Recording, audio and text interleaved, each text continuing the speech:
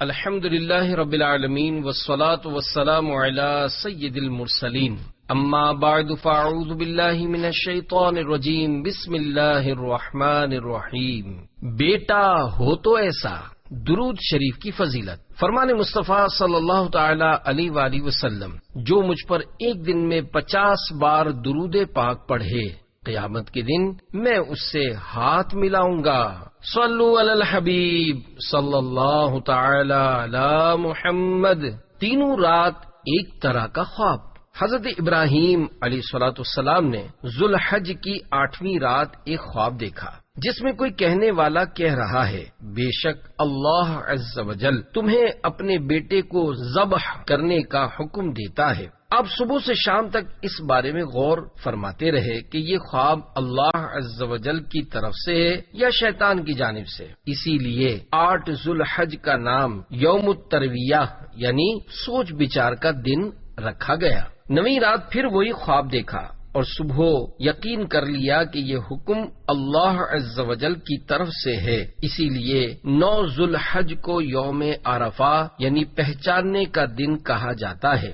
10ویں رات پھر وہی خواب دیکھنے کے بعد آپ علیہ الصلوۃ والسلام نے صبح اس خواب پر عمل کرنے یعنی بیٹے کی قربانی کا پکا ارادہ فرما لیا، جس کی وجہ سے 10 ذوالحج کو یوم النحر یعنی ذبح کرنے کا دن کہا جاتا ہے۔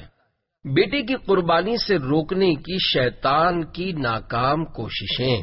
اللہ عز و جل کے حکم پر عمل کرتے ہوئے بیٹے کی قربانی کے لیے حضرت ابراہیم علیہ الصلوۃ والسلام جب اپنے پیارے بیٹے حضرت اسماعیل علیہ الصلوۃ والسلام کو، جن کی عمر اس وقت 7 سال یا 13 سال یا اس سے تھوڑی زائد تھی، لے کر چلے، شیطان ان کی جان پہچان والے ایک شخص کی صورت میں ظاہر ہوا اور پوچھنے لگا، اے ابراہیم کہاں کا ارادہ ہے؟ آپ نے جواب دیا، ایک کام سے جا رہا ہوں۔ اس نے پوچھا، کیا آپ اسماعیل کو ذبح کرنے جا رہے ہیں؟ حضرت ابراہیم علیہ الصلوۃ والسلام نے فرمایا، کیا تم نے کسی باپ کو دیکھا ہے کہ وہ اپنے بیٹے کو ذبح کرے؟ شیطان بولا، جی ہاں، آپ کو دیکھ رہا ہوں کہ آپ اسی کام کے لیے چلے ہیں۔ آپ سمجھتے ہیں کہ اللہ عز و جل نے آپ کو اس بات کا حکم دیا ہے؟ حضرت ابراہیم علیہ الصلوۃ والسلام نے ارشاد فرمایا، اگر اللہ عز و جل نے مجھے اس بات کا حکم دیا ہے تو پھر میں اس کی فرما برداری کروں گا۔ یہاں سے مایوس ہو کر شیطان حضرت اسماعیل علیہ الصلوۃ والسلام کی امی جان حضرت ہاجرہ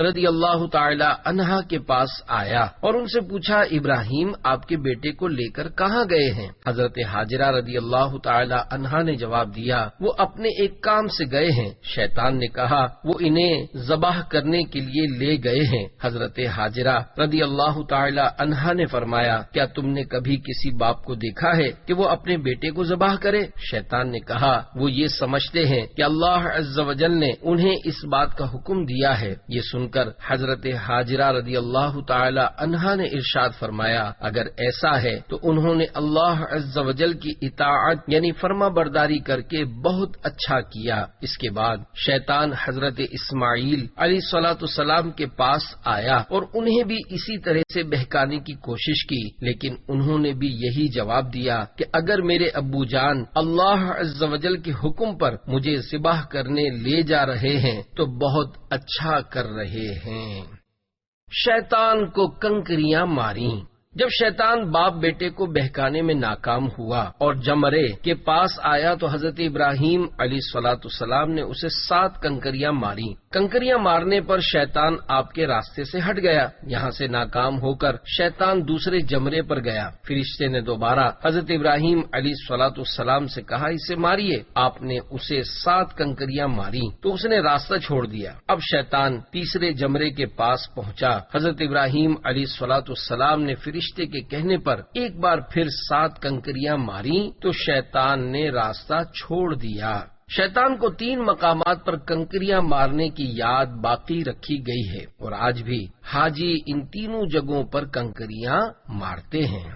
بیٹا قربانی کے لیے تیار۔ حضرت ابراہیم علیہ الصلوۃ والسلام جب حضرت اسماعیل علیہ الصلوۃ والسلام کو لے کر کوہ صبیر پر پہنچے تو انہیں اللہ عز و جل کے حکم کی خبر دی، جس کا ذکر قرآن کریم میں ان الفاظ میں ہے، یا بنی انی أرى في المنام أني أذبحك فانظر ماذا ترى۔ ترجمہ کنز ایمان، اے میرے بیٹے، میں نے خواب دیکھا میں تجھے ذبح کرتا ہوں، اب تو دیکھ تیری کیا رائے ہے؟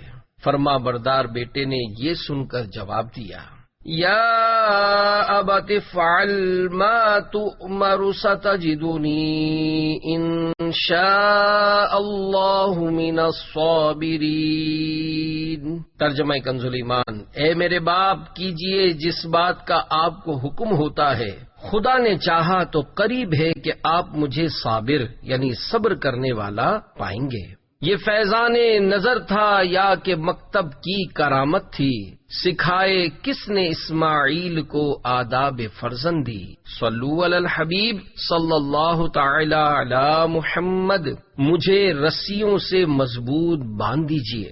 حضرت اسماعیل علیہ الصلوۃ والسلام نے اپنے والد محترم سے مزید عرض کی، ابو جان ذبح کرنے سے پہلے مجھے رسیوں سے مضبوط باندھ دیجیے تاکہ میں ہل نہ سکوں، کیونکہ مجھے ڈر ہے کہ کہیں میرے ثواب میں کمی نہ ہو جائے، اور میرے خون کے چھینٹوں سے اپنے کپڑے بچا کر رکھیے تاکہ انہیں دیکھ کر میری امی جان غمگین نہ ہوں۔ چھری خوب تیز کر لیجیے تاکہ میرے گلے پر اچھی طرح چل جائے، یعنی گلا فوراً کٹ جائے، کیونکہ موت بہت سخت ہوتی ہے۔ آپ مجھے ذبح کرنے کے لیے پیشانی کے بل لٹائیے، یعنی چہرہ زمین کی طرف ہو تاکہ آپ کی نظر میرے چہرے پر نہ پڑے، اور جب آپ میری امی جان کے پاس جائیں تو انہیں میرا سلام پہنچا دیجیے، اور اگر آپ مناسب سمجھیں تو میری قمیص انہیں دے دیجیے، اس سے ان کو تسلی ہوگی اور صبر آ جائے گا۔ حضرت ابراہیم علیہ الصلوۃ والسلام نے ارشاد فرمایا، اے میرے بیٹے، تم اللہ تعالیٰ کے حکم پر عمل کرنے میں میرے کیسے عمدہ مددگار ثابت ہو رہے ہو۔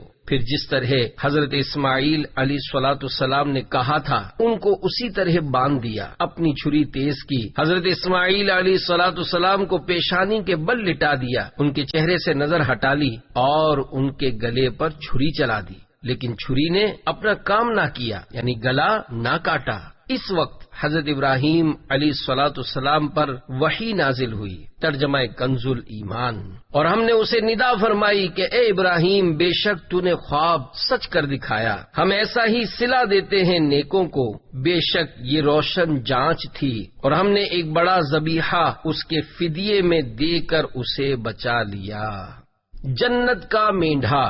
حضرت ابراہیم علیہ الصلوۃ والسلام نے جب حضرت اسماعیل علیہ الصلوۃ والسلام کو ذبح کرنے کے لیے زمین پر لٹایا تو اللہ تعالیٰ کے حکم سے حضرت جبرائیل علیہ السلام بطور فدیہ جنت سے ایک مینڈھا یعنی دمبا لیے تشریف لائے، اور دور سے اونچی آواز میں فرمایا، اللہ اکبر اللہ اکبر۔ جب حضرت ابراہیم علیہ الصلوۃ والسلام نے یہ آواز سنی تو اپنا سر آسمان کی طرف اٹھایا اور جان گئے کہ اللہ عز و جل کی طرف سے آنے والی آزمائش کا وقت گزر چکا ہے اور بیٹے کی جگہ فدیے میں مینڈھا بھیجا گیا ہے، لہذا خوش ہو کر فرمایا، لا الہ الا اللہ واللہ اکبر۔ جب حضرت اسماعیل علیہ الصلوۃ والسلام نے یہ سنا تو فرمایا، اللہ اکبر وللہ الحمد۔ اس کے بعد سے ان تینوں پاک حضرات کے ان مبارک الفاظ کی ادائیگی کی یہ سنت قیامت تک کے لیے جاری و ساری ہو گئی۔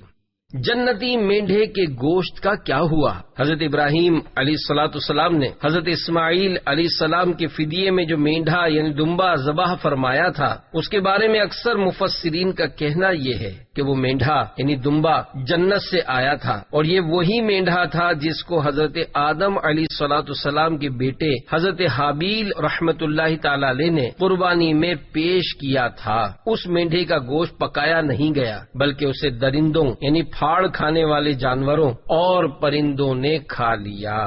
جنتی مینڈھے کے سینگ۔ حضرت سفیان بن عیینہ رحمت اللہ تعالی علیہ فرماتے ہیں، اس مینڈھے یعنی دمبے کے سینگ عرصہ دراز تک کعبہ شریف میں رکھے رہے، یہاں تک کہ جب کعبہ شریف میں آگ لگی تو وہ سینگ بھی جل گئے۔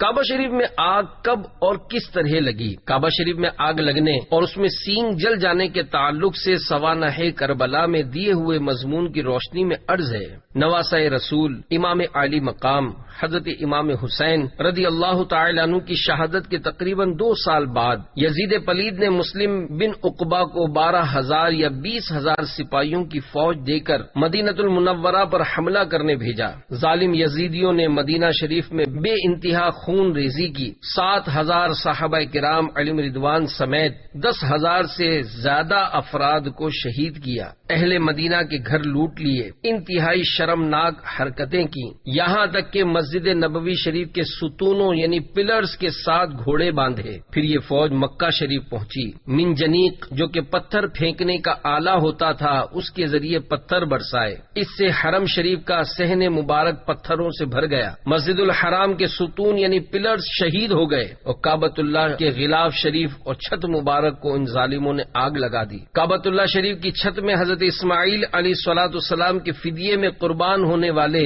جنتی دمبے کے جو مبارک سینگ تبرک کے طور پر محفوظ تھے وہ بھی اس آگ میں جل گئے۔ جس روز یعنی 15 ربیع الاول 15 ربیع الاول 64 سن ہجری 64 سن ہجری کو کعبہ شریف کی بے حرمتی ہوئی تھی، اسی روز ملک شام کے شہر حمص میں 39 سال کی عمر میں یزید پلید مر گیا۔ اس بدنصیب نے جس اقتدار کے نشے میں بدمست ہو کر امام علی مقام حضرت امام حسین رضی اللہ تعالی عنہ اور خاندان رسالت کے مہکتے پھولوں کو زمین کربلا پر خاک و خون میں تڑپایا، مکے مدینے والوں پر ظلم و ستم کی آندھیاں چلائیں، اس تخت حکومت پر اسے صرف 3 برس 7 ماہ شیطنت کرنے کا موقع ملا۔ اس کی موت میں کس قدر عبرت ہے۔ الموت الموت الموت، نہ یزید کی وہ جفا رہی، نہ شمر کا ظلم و ستم رہا، جو رہا تو نام حسین کا، جسے یاد رکھتی ہے کربلا۔ صلو علی الحبیب صلی اللہ تعالی علی محمد۔ کیا ہر کوئی خواب دیکھ کر اپنا بیٹا ذبح کر سکتا ہے؟ یاد رہے، کوئی شخص خواب یا غیبی آواز کی بنیاد پر اپنے یا دوسرے کے بچے یا کسی انسان کو ذبح نہیں کر سکتا، کرے گا تو سخت گناہگار اور عذاب نار کا حقدار قرار پائے گا۔ حضرت ابراہیم علیہ الصلوۃ والسلام جو خواب کی بنا پر اپنے بیٹے کی قربانی کے لیے تیار ہو گئے، یہ حق ہے کیونکہ آپ نبی ہیں اور نبی کا خواب وحی الہی ہوتا ہے، ان حضرات کا امتحان تھا۔ حضرت جبریل علیہ السلام جنتی دمبا لے آئے اور اللہ تعالیٰ کے حکم سے حضرت ابراہیم علیہ السلام نے اپنے پیارے بیٹے کے بجائے اس جنتی دمبے کو ذبح فرما دیا۔ حضرت ابراہیم اور حضرت اسماعیل علیہم السلام کی اس انوکھی قربانی کی یاد تا قیامت قائم رہے گی اور مسلمان ہر سال بقرہ عید میں مخصوص جانوروں کی قربانیاں پیش کرتے رہیں گے۔ قربانی کے بارے میں معلومات حاصل کرنے کے لیے مکتبۃ المدینہ کا رسالہ ابلق گھوڑے سوار پڑھیے۔ اسماعیل کے معنی، حضرت ابراہیم علیہ الصلوۃ والسلام بہت بڑی عمر تک بے اولاد تھے۔ 99 سال 99 ایئرز کی عمر میں آپ علیہ السلام کو حضرت اسماعیل علیہ السلام عطا کیے گئے۔ حضرت ابراہیم علیہ الصلوۃ والسلام بیٹے کی دعائیں مانگ کر کہتے تھے اسمع یا ایل۔ اسمع کے معنی ہیں سن اور ایل عبرانی زبان میں خدا عز و جل کا نام۔ اس طرح اسمع یا ایل کے معنی ہوئے اے خدا عز و جل میری سن لے۔ جب آپ علیہ الصلوۃ والسلام پیدا ہوئے تو اس دعا کی یادگار میں آپ کا نام اسماعیل رکھا گیا۔ ابو الانبیاء کے 10 حروف کی نسبت سے حضرت ابراہیم علیہ الصلوۃ والسلام کے 10 مخصوص فضائل۔ رسول پاک صلی اللہ تعالی علیہ وآلہ وسلم کے بعد حضرت ابراہیم علیہ الصلوۃ والسلام سب سے افضل ہیں۔ حضرت ابراہیم علیہ الصلوۃ والسلام ہی اپنے بعد آنے والے سارے انبیاء کرام علیہم السلام کے والد ہیں۔ ہر آسمانی دین میں آپ ہی کی پیروی اور اطاعت ہے۔ ہر دین والے آپ کی تعظیم کرتے ہیں، آپ ہی کی یاد قربانی ہے، آپ ہی کی یادگار حج کے ارکان ہیں، آپ ہی کعبہ شریف کی پہلی تعمیر کرنے والے یعنی اسے گھر کی شکل میں بنانے والے ہیں۔ جس پتھر یعنی مقام ابراہیم پر کھڑے ہو کر آپ نے کعبہ شریف بنایا وہاں قیام اور سجدے ہونے لگے۔ قیامت میں سب سے پہلے آپ ہی کو عمدہ لباس عطا ہوگا، اس کے فوراً بعد ہمارے حضور پاک صلی اللہ علیہ وآلہ وسلم کو۔ مسلمانوں کے فوت ہو جانے والے بچوں کی آپ علیہ الصلوۃ والسلام اور آپ کی بیوی صاحبہ حضرت سارہ رضی اللہ تعالی عنہا عالم برزخ میں پرورش کرتے ہیں۔ شیر قدم چاٹنے لگے۔ حضرت ابراہیم علیہ الصلوۃ والسلام پر 2 بھوکے شیر چھوڑے گئے۔ اللہ عز و جل کی شان دیکھیے کہ وہ بھوکے ہونے کے باوجود آپ علیہ الصلوۃ والسلام کو چاٹنے اور سجدہ کرنے لگے۔ ریت کی بوریوں سے سرخ گندم نکلے۔ حضرت ابراہیم علیہ الصلوۃ والسلام کو غلہ یعنی اناج نہیں ملا۔ آپ علیہ الصلوۃ والسلام سرخ ریت کے پاس سے گزرے تو آپ علیہ الصلوۃ والسلام نے اس سے بوریاں بھر لی۔ جب گھر تشریف لائے تو گھر والوں نے پوچھا یہ کیا ہے؟ فرمایا یہ سرخ گندم ہیں۔ جب انہیں کھولا گیا تو واقعی سرخ گندم تھے۔ جب یہ گندم بوئے گئے تو ان میں جڑ سے اوپر تک گیہوں یعنی کنک کی بالیاں لگیں۔ یہ حضرت ابراہیم علیہ الصلوۃ والسلام کا معجزہ ہے۔ حضرت ابراہیم علیہ الصلوۃ والسلام سے کئی کاموں کی شروعات ہوئی، ان میں سے 8 یہ ہیں۔ نمبر 1، سب سے پہلے آپ علیہ الصلوۃ والسلام ہی کے بال سفید ہوئے۔ نمبر 2، سب سے پہلے آپ علیہ السلام ہی نے سفید بالوں میں مہندی اور قطم یعنی نیل کے پتوں کا خضاب لگایا۔ نمبر 3، سب سے پہلے آپ علیہ السلام ہی نے سلا ہوا پاجامہ پہنا۔ نمبر 4، سب سے پہلے آپ علیہ السلام نے ممبر پر خطبہ پڑھا۔ نمبر 5، سب سے پہلے آپ علیہ السلام نے راہ خدا میں جہاد کیا۔ نمبر 6، سب سے پہلے آپ علیہ السلام نے مہمان نوازی یعنی مہمانی کی رسم شروع کی۔ نمبر 7، سب سے پہلے آپ علیہ السلام ہی ملاقات کے وقت لوگوں سے گلے ملے۔ نمبر 8، سب سے پہلے آپ علیہ السلام ہی نے سرید تیار کیا۔ شوربے میں بھگوئی ہوئی روٹی کو سرید کہتے ہیں۔ ٹافیاں اور کھٹ مٹھی گولیاں۔ اکثر مدنی منع، اکثر بچے ٹافیاں، گولیاں، چاکلیٹ، گولا گنڈا اور دیگر رنگ برنگی میٹھی چیز کھانے کے شوقین ہوتے ہیں، لیکن ان چیزوں کے غیر معیاری یعنی گھٹیا ہونے اور ان کے کھانے میں بے احتیاطی برتنے کے سبب ان کے دانتوں، گلے، سینے، معدے اور آنتوں وغیرہ کو نقصان پہنچنے کا خطرہ رہتا ہے۔ لہذا مسلمانوں کو نفع پہنچانے کی نیت سے ٹافیوں وغیرہ کے بارے میں مختلف ویب سائٹ سے حاصل کردہ طبی تحقیقات کہیں کہیں الفاظ وغیرہ کی تبدیلی کے ساتھ پیش خدمت ہیں۔ دانتوں کی ٹوٹ پھوٹ۔ اینیمل نامی ایک مضبوط چمکدار تہ دانتوں پر ہوتی ہے جو ان کی حفاظت کرتی ہے۔ مضر صحت چیز کھانے کے سبب منہ میں بیکٹیریا یعنی جراثیم پیدا ہوتے ہیں جو اس تہ کو نقصان پہنچاتے ہیں، جس کی وجہ سے دانتوں میں ٹوٹ پھوٹ شروع ہو جاتی ہے۔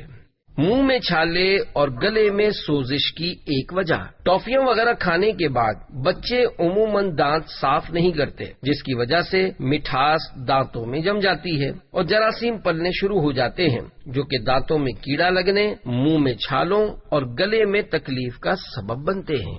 ناقص کھٹ مٹھی گولیوں کی تباہ کاریاں۔ پاکستان کے گلی محلوں میں بکنے والی اکثر ٹافیاں اور کھٹ مٹھی گولیاں ناقص اور گھٹیا ہوتی ہیں۔ چنانچہ ایک اخباری رپورٹ کے مطابق منی یعنی چھوٹی فیکٹریوں میں ناقص خام مال سے تیار شدہ گولیاں، ٹافیاں بچوں کی صحت پر خطرناک اثرات مرتب کر رہی ہیں۔ گھروں میں قائم ان فیکٹریوں میں گولیوں، ٹافیوں کی تیاری میں گلوکوز، سکرین اور تیسرے درجے کی یعنی 3rd کلاس سب سٹینڈرڈ اشیاء استعمال کی جاتی ہیں۔ تیار گولیوں، ٹافیوں کو دیہاتوں میں بھی سپلائی کیا جاتا ہے۔ یہی وجہ ہے کہ گاؤں گوٹھوں کے بچوں میں دانتوں کی بیماریاں تشویشناک حد تک بڑھتی جا رہی ہیں۔ کیک، بسکٹ، آئس کریم وغیرہ سے پیشاب میں شکر آنے کا مرض۔ بسکٹ، آئس کریم اور انرجی ڈرنکس میں مٹھاس کے لیے استعمال ہونے والے کیمیکل دنیا بھر میں ذیابیطیز یعنی ڈائبٹیز کا باعث بن رہے ہیں۔ آکسفورڈ یونیورسٹی برطانیہ میں کی گئی تحقیق کے مطابق غذائی مصنوعات فوڈ پروڈکٹس بنانے والی کمپنیاں اپنی مصنوعات یعنی پروڈکٹس کو میٹھا بنانے کے لیے ایسا کیمیکل استعمال کرتی ہیں جو ذیابیطیز یعنی پیشاب میں شکر آنے کی بیماری کا باعث بنتا ہے۔ تحقیق میں 42 ممالک میں بنائے جانے والے بسکٹ، کیک اور جوس کا کیمیائی تجزیہ کیا گیا۔ کیمیائی مادے ہائی فرکٹوز سیرپ یعنی شکر کی ایک قسم سے ذیابیطیز یعنی میٹھی پیشاب کا مرض لاحق ہونے کا خطرہ بڑھ جاتا ہے۔ تحقیق کے مطابق جن ممالک میں بیکری کی چیزیں زیادہ استعمال کی جاتی ہیں وہاں لوگوں میں مرض کی شرح 8% زیادہ تھی۔ بیکری کی مصنوعات استعمال کرنے والے ممالک میں امریکہ سر فہرست ہے، جہاں ہر شخص سالانہ اوسطاً ایوریج 55 پاؤنڈ میٹھی چیزیں استعمال کرتا ہے، جبکہ برطانیہ میں اس کا استعمال سب سے کم ہے، جہاں ایک شخص اوسطاً 1 پاؤنڈ بیکری کی اشیاء سالانہ استعمال کرتا ہے۔ 17 قسم کی بیماریوں کا خطرہ۔ چاکلیٹ میں دیگر اجزاء کے علاوہ کیفین پائی جاتی ہے۔ ملک چاکلیٹ کے مقابلے میں کالے چاکلیٹ میں 4 گنا زیادہ کیفین ہوتی ہے۔ کیفین وقتی طور پر درد اور تھکن وغیرہ ضرور دور کرتی ہے، مگر اس کا زیادہ استعمال نقصان دہ ہوتا ہے۔ کیفین کے عادی افراد میں یہ امراض پیدا ہو سکتے ہیں: تھکن، چڑچڑاپن، بار بار پیشاب آنا، پیشاب اور فضلے کے ذریعے کیلشیم زیادہ نکل جانا، ہاضمے کی خرابیاں، بڑی آنت میں سوجن، بواسیر کی شدت، دل کی دھڑکن میں اضافہ اور بے قاعدگی، ہائی بلڈ پریشر، دل کی جلن، معدے کا السر، نیند کے انداز اور اوقات کی تبدیلیاں یعنی کبھی نیند زیادہ آنا تو کبھی کم، بے وقت نیند آنا، سونے کے اوقات میں نیند نہ آنا، معمولی سے شور پر آنکھ کھل جانا وغیرہ، پورے یا آدھے سر میں درد، گھبراہٹ، مایوسی، ڈپریشن، ڈس اپوائنٹمنٹ، جگر یعنی لیور اور گردے کی بیماریاں وغیرہ۔ چاکلیٹ کے علاوہ کولا ڈرنکس، چائے، کافی، کوکو اور درد دور کرنے والی گولیوں میں بھی کیفین پائی جاتی ہے۔ تو پھر بچوں کو کیا کھلائیں؟ صحت کے لیے خطرہ بننے والی کھٹ مٹھی گولیوں اور ٹافیوں وغیرہ کی جگہ بچوں اور بچیوں کو ان کی عمر وغیرہ کے لحاظ سے مناسب مقدار میں یا طبیب کے مشورے کے مطابق پھل اور خشک میوے یعنی ڈرائی فروٹ کھلائیے، اور اب خود بھی اللہ عز و جل کی دی ہوئی ان نعمتوں سے فائدہ اٹھائیے۔ چند خشک میووں کے فوائد پیش خدمت ہیں۔ بادام، المونڈ۔ نمبر 1، تمام بادام کولیسٹرول سے پاک ہوتے ہیں۔ نمبر 2، کڑوے بادام یا ایرانی بادام کینسر کی روک تھام کی خصوصیت رکھتے ہیں۔ نمبر 3، خشک خوبانی کے بادام کھانے سے زخم بھر جاتے ہیں۔ نمبر 4، بادام میں کیلشیم ہوتا ہے جو کہ ہڈیوں کے لیے ضروری ہے۔ نمبر 5، بادام کھانے سے تیزابیت دور ہوتی اور امراض قلب کا خطرہ کم ہوتا ہے۔ نمبر 6، بادام کینسر اور موتیا بند کے خطرے میں کمی کرتا ہے۔ نمبر 7، بادام LDL کولیسٹرول کی سطح کم کرتا ہے۔ نمبر 8، بادام اجابت صاف لاتا اور قبض دور کرتا ہے۔ نمبر 9، بادام کھانے سے موٹاپے کا خطرہ بھی کم ہوتا ہے۔ نمبر 10، بادام بالوں اور جلد یعنی اسکن کے لیے مفید ہے اور رنگت بھی نکھارتا ہے۔ نمبر 11، بادام کے تیل کی پابندی سے مالش جلد کی خشکی، کیلوں، جھریوں اور مسوں کی روک تھام کرتی ہے۔ نمبر 12، بادام بال جھڑنے کے مرض کے لیے رکاوٹ ہے۔ نمبر 13، بادام بفا یعنی سر انسانی پر ہونے والی خشکی کے سفید چھلکے دور کرتا ہے اور بال سفید ہونے سے روکتا ہے۔ نمبر 14، بادام آنکھوں کی بینائی کے لیے مفید ہے۔ نمبر 15، روزانہ رات کو 7 دانے بادام اور 21 دانے کشمش یعنی سوکھے ہوئے انگور چھوٹے بڑے کوئی سے بھی ہوں پانی میں بھگو دیجئے، اور یہ دونوں چیزیں صبح دودھ کے ساتھ اور اچھی طرح چبا کر کھا لیجئے۔ انشاءاللہ عز و جل درد سر دور ہوگا۔ قوت حافظہ کے لیے بھی یہ نسخہ مفید ہے۔ نمبر 16، انجیر اور بادام ملا کر کھانے سے پیٹ کی اکثر بیماریاں دور ہوتی ہیں۔ زیادہ اگر دماغی ہے تیرا کام تو کھایا کر ملا کر شہد بادام۔ پستاچیو، پستہ دل و دماغ کو قوت بخشتا ہے، بدن کو موٹا کرتا اور گردے کی کمزوری کو دور کرتا ہے، ذہن اور حافظہ مضبوط کرتا ہے۔ کھانسی کے علاج کے لیے پستہ مفید ہے۔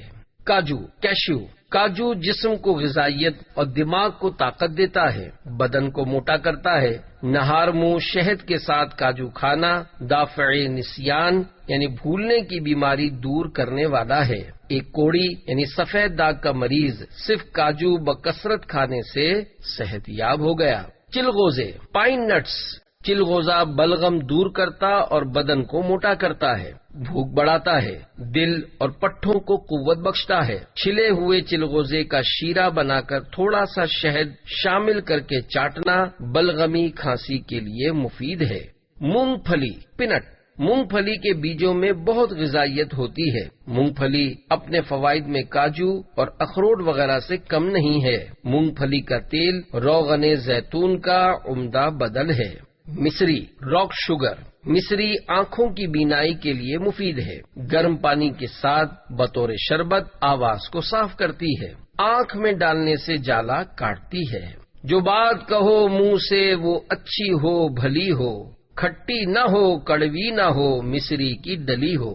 ناریل، کھوپرا، کوکونٹ، مصری کے ساتھ ہر روز نہار منہ 1 تولہ کھوپرا کھانا بینائی کو قوت دیتا ہے، پیٹ کو نرم کرتا اور بھوک بڑھاتا ہے۔ کھوپرے کا تیل سر میں لگانے سے بال بڑھتے ہیں اور یہ دماغ کے لیے مفید ہے۔ چھہارے ڈرائی ڈیٹس، چھہارا صاف خون پیدا کرتا، بھوک میں اضافہ کرتا اور بدن کو موٹا کرتا ہے، کمر اور گردے کو طاقت دیتا ہے۔ اخروٹ والنٹ، اخروٹ بد ہضمی کو دور کرتا ہے۔ اخروٹ کا بھنا ہوا مغز سرد کھانسی کے لیے مفید ہے۔ اخروٹ کو چبا کر داد پر لگایا جائے تو داد کا نشان مٹ جاتا ہے۔ کشمش ریزن، منقع کرنٹ، حدیث پاک میں ہے منقع کھاؤ، یہ بہترین کھانا ہے۔ اعصاب یعنی پٹھوں کو مضبوط کرتا، غصے کو ٹھنڈا کرتا، منہ کو خوشبودار کرتا اور بلغم کو دور کرتا ہے۔ دوسری روایت میں یہ بھی ہے کہ منقع غم کو دور کرتا ہے۔ چھوٹا انگور خشک ہو کر کشمش اور بڑا انگور سوکھ کر منقع بنتا ہے۔ منقع کم وزن بدن کو موٹا کرتا اور اس کے بیج معدے کی اصلاح کرتے ہیں۔ انار کے دانوں کے ساتھ منقع کھانا ہاضمے کے لیے مفید ہے۔ منقع کا گودا پھیپھڑوں کے لیے اکسیر ہے۔ منقع دوا بھی ہے اور غذا بھی، اس کو چاہیں تو یوں ہی یا چاہیں تو چھلکا اتار کر مناسب مقدار میں کھا لیجئے۔ مشہور محدث حضرت امام زہری علیہ رحمت اللہ القوی فرماتے ہیں، جس کو احادیث مبارکہ حفظ کرنے کا شوق ہو وہ مناسب مقدار میں منقع کھائے۔ منقع بیج سمیت بھی کھا سکتے ہیں، بلکہ منقع کے بیج معدے کی اصلاح کرتے ہیں۔ منقع چند گھنٹے پانی میں بھگو کر رکھ دیجئے، پھر ان کا چھلکا اتار کر گودا نکال لیجئے۔ منقع کا گودا پھیپھڑوں کے لیے اکسیر اور پرانی کھانسی کے لیے مفید ہے۔ یہ گردے اور مثانے کے درد کو مٹاتا، جگر اور تلی کو طاقت دیتا، پیٹ کو نرم کرتا، معدہ مضبوط کرتا اور ہاضمہ درست کرتا ہے۔ سرخ منقع ریڈ کرنٹ، حضرت مولا کائنات علی المرتضی شیر خدا کرم اللہ تعالی وجہہ الکریم سے مروی ہے، جو روزانہ سرخ منقع 21 عدد کھا لیا کرے وہ جسمانی امراض سے محفوظ رہے گا۔ انجیر فگ، حدیث پاک میں ہے انجیر کھاؤ کیونکہ یہ بواسیر کو ختم کرتی اور نقرس یعنی ایک درد جو ٹخنوں اور پاؤں کی انگلیوں میں ہوتا ہے میں مفید ہے۔ نمبر 1، انجیر میں دیگر تمام پھلوں کے مقابلے میں بہتر غذائیت ہے۔ نمبر 2، انجیر بواسیر کو ختم کر دیتا اور جوڑوں کے درد کے لیے مفید ہے۔ نمبر 3، انجیر نہار منہ کھانے کے عجیب و غریب فوائد ہیں۔ نمبر 4، جن کے پیٹ میں بوجھ ہو جاتا ہو وہ ہر بار کھانا کھانے کے بعد 3 عدد انجیر کھا لیں۔ نمبر 5، انجیر موٹے پیٹ کو چھوٹا کرتا اور موٹاپا دور کرتا ہے۔ نمبر 6، انجیر میں کھانسی اور دمے کا علاج ہے۔ نمبر 7، انجیر چہرے کا رنگ نکھارتا ہے۔ نمبر 8، انجیر پیاس بجھاتا ہے۔